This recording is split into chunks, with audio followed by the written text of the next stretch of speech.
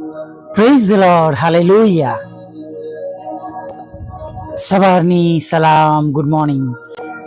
જીવતા ઈશ્વરની સ્તુતિ થાવ. આજે ફરી એકવાર આપણા ઈશ્વરે આપણને આજની આ સુંદર તક,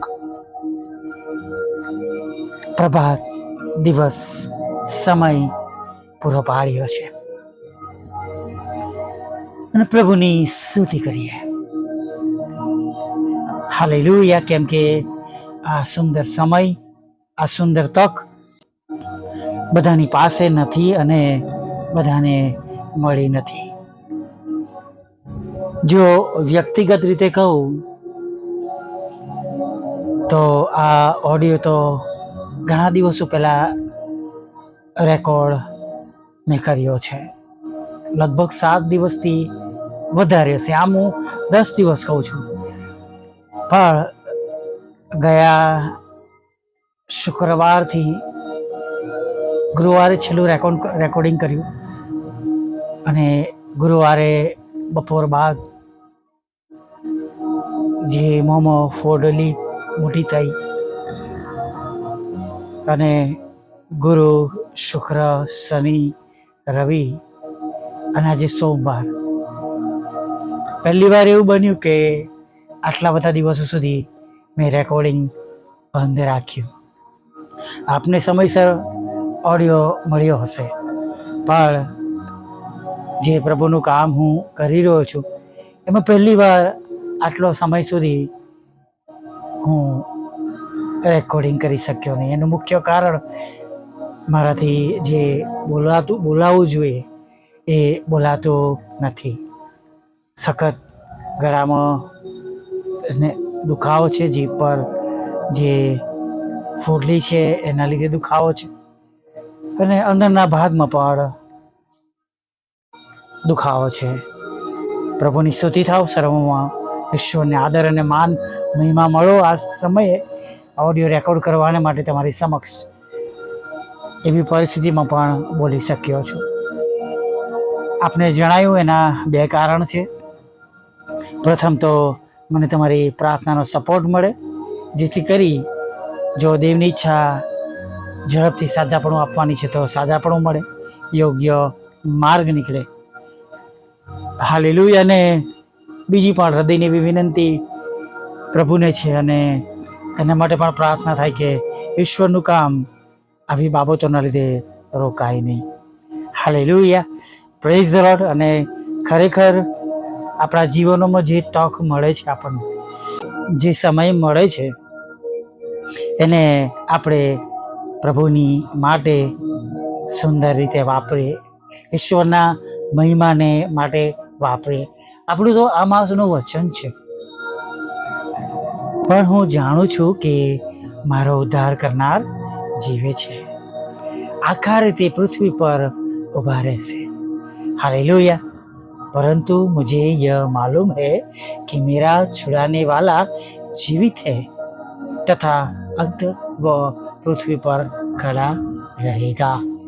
हालेलुया. कदाच मारा उच्चार स्पष्ट ना थता होय तो क्षमा करजो, પણ અયુબ એ બહુ સારી રીતના જાણતા હતા કે મારી મિલકતમાં, કે મારી તંદુરસ્તીમાં, કે મારા બાળકોમાં, મારા રાચરચીલામાં, મારા ઢોર રાખમાં, અથવા મને જે બધા સુખદાયક વાના છે એમાં તારણ નથી. તારણ તો ઈશ્વરથી છે. મારો ઉદ્ધાર કરનાર જીવે છે. સર્વસ્વ ખોઈ દીધા બાદ અયુબ કહે છે હાલેલુયા. Praise the lord. અને આપણે પણ જે બાબતો જગતની છે, એ જગતની બાબતો આપણી પાસે રહે ના રહે તો એના માટે દુઃખી ના થાય, નિરાશ ના થાય. ઘણીવાર એવું બને છે કે આપણે બહુ સારી પરિસ્થિતિમાં હોય અને પછી અચાનક આપણે મુશ્કેલીઓમાં, દુઃખોમાં, ગરીબીમાં, માંદગીઓમાં, ચિંતાઓમાં આપણે સપડાઈ પડીએ. બનવા જોગ છે, બનવા કાળ છે, ઈશ્વરની યોજનાઓ છે, એ પ્રમાણે બધું બને છે, પણ આપણે એ સર્વ બાબતોમાં દુઃખી ના થઈએ. મુખ્ય બાબત એ છે કે એ બાબતો તમને અને મને પ્રભુના આયોજનની અંદર પ્રવેશતા રોકી શકતી નથી. હા, જગતમાં અસર થાય, જગતના જીવનમાં, સંસારિક જીવનમાં અસર થાય. જેમ મેં કહ્યું કે મેં પહેલી વાર આટલા બધા વર્ષોમાં 4-5 દિવસ મેં રેકોર્ડિંગ બંધ રાખ્યું. કદાચ હું હોસ્પિટલમાં હતો, મારો 2 વાર કે 3 વાર એન્ડોસ્કોપી થઈ, કોલોનોસ્કોપી થઈ, પણ એમાં બીજા દિવસે તો રેકોર્ડિંગ હું કરી શક્યો છું. એક દિવસ કદાચ બંધ રાખીને બીજા દિવસે રેકોર્ડિંગ કરી શક્યો છું. પણ આવું પ્રથમ વખત બન્યું કે સખત દુખાવાના કારણે, પ્રોનાઉન્સિએશન ઉચ્ચાર બોલી ના શકાય તેના કારણે, પણ એનાથી દેવનું કામ અટક્યું નહીં. દેવનું જે કાર્ય હતું, જે અગાઉથી તેમણે બુદ્ધિપૂર્વક સેવા કરવાને માટે પ્રભુએ જ્ઞાન આપ્યું અને એડવાન્સમાં 10 દિવસનું રેકોર્ડિંગ કર્યું, એમાં મને માટે આ સમય દરમિયાન ફાયદો થયો. એ બાબતો મારા માટે આશીર્વાદનું કારણ બની કે હું પ્રભુનું વચન પ્રભુના લોકો સુધી સમયસર પહોંચાડી શકું. Hallelujah, praise lord.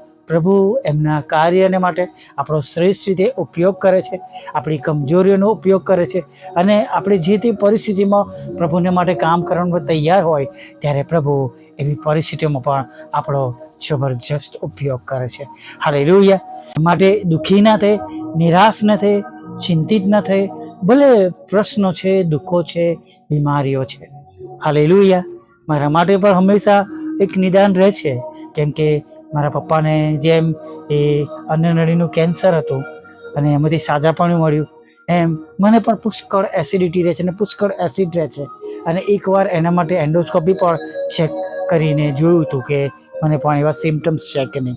પણ હવે ફરી પાછા મોંના સિમ્ટમ્સ શરૂ થયા છે નહીં, કેમ કે ઘડી ઘડી ચાંદા પડવા, મોં આવવું એ પણ સારી બાબતો તો નથી, કેમ કે મને ગળા સુધી છેક એસિડિટી રહે છે અને એ એસિડિટીના કારણે ઘણી બધી વખત મને કન્ટિન્યુઅસ ખાંસી આવે છે નહીં, અને મારું શરીર ઘણીવાર જાણે નબળું પડી જાય છે. પરંતુ વાલા મિત્રો, એ સર્વ બાબતો મને મારા પ્રભુની પાછળ ચાલતા કદાચ અહીંયા અટકાવી શકે છે, પણ મારા આત્મિક જીવનમાં શરીરથી મને નબળો કરીને ધીમો પાડી શકે છે, પણ મારા આત્માને કંઈ કરી શકતો નથી નહીં. અને પ્રભુના વચનોમાં આપણે વાંચીએ છીએ કે તમે કોની બીક રાખો નહીં. આપણે સુવાર્તામાં વાંચીએ છીએ કે તમારે કોની બીક રાખવી જોઈએ.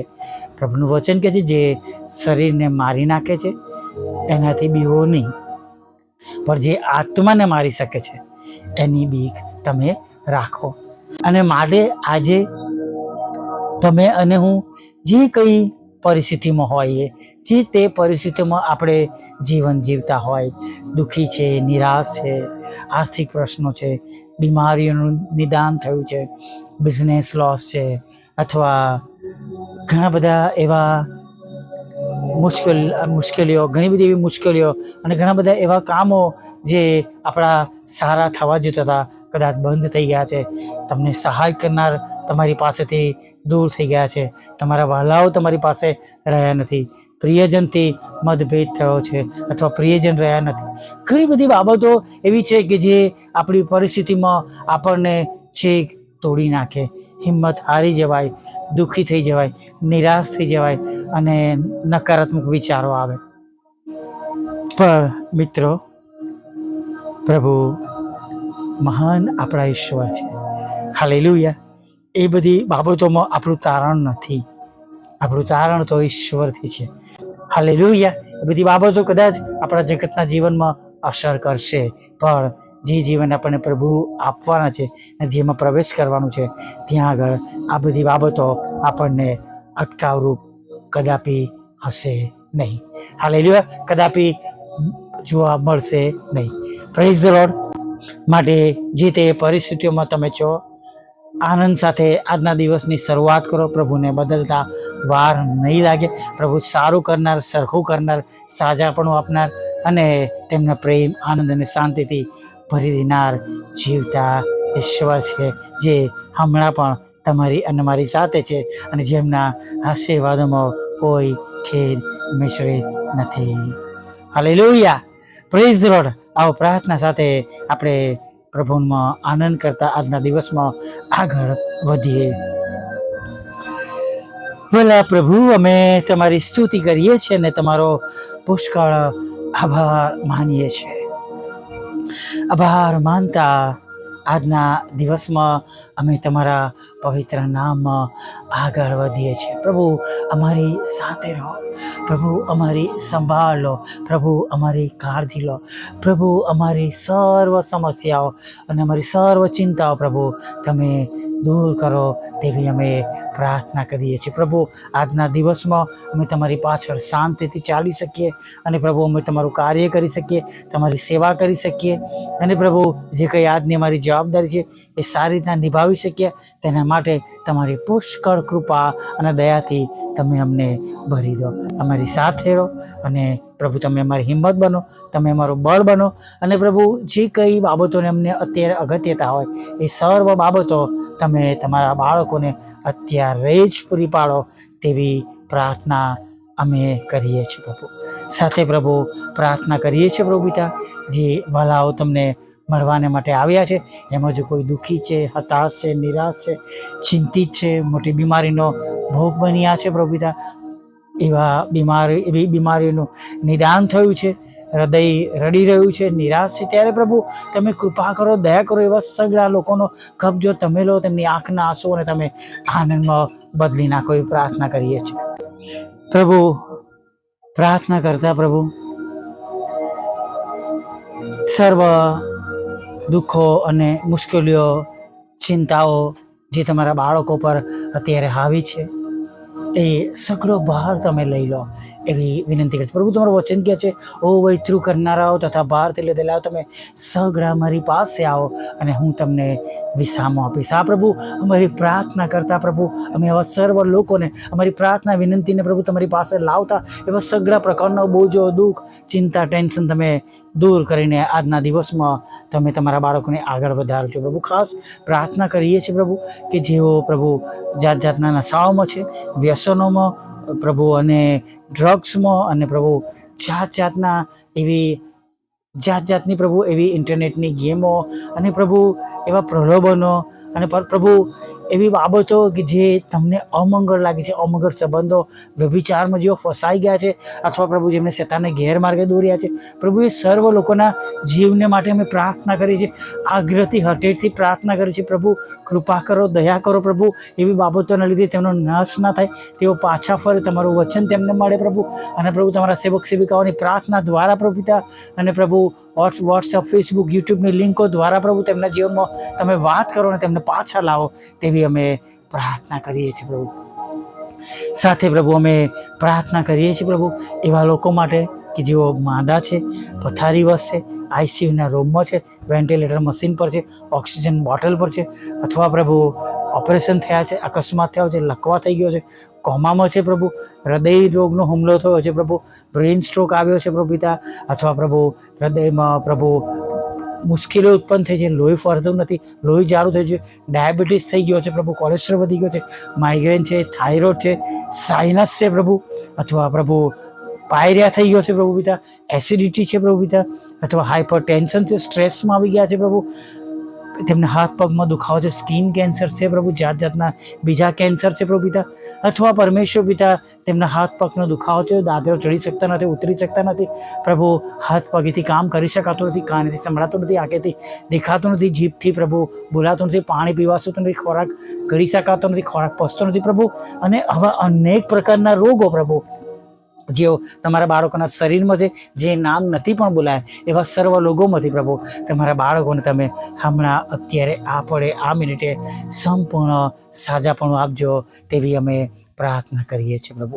પ્રાર્થના કરતા પ્રભુ તમારી સમક્ષ અત્યારે અમે નમી જઈએ છીએ અને આ સુંદર સમય જે તમે અમને આપ્યો છે એમાં આગળ વધતા પ્રભુ એવા લોકો માટે પ્રાર્થના કરીએ છીએ કે જેમના લગ્ન થવાના બાકી છે, તમે લગ્નનો આશીર્વાદ આપો, બાળક ધનનો આશીર્વાદ આપો પ્રભુ પિતા, વિદેશ સેવાના માર્ગોને આશીર્વાદિત કરો, તમારા બાળકોના રોજગાર, નોકરી, ધંધાને પ્રભુ તમે આશીર્વાદિત કરો પ્રભુ.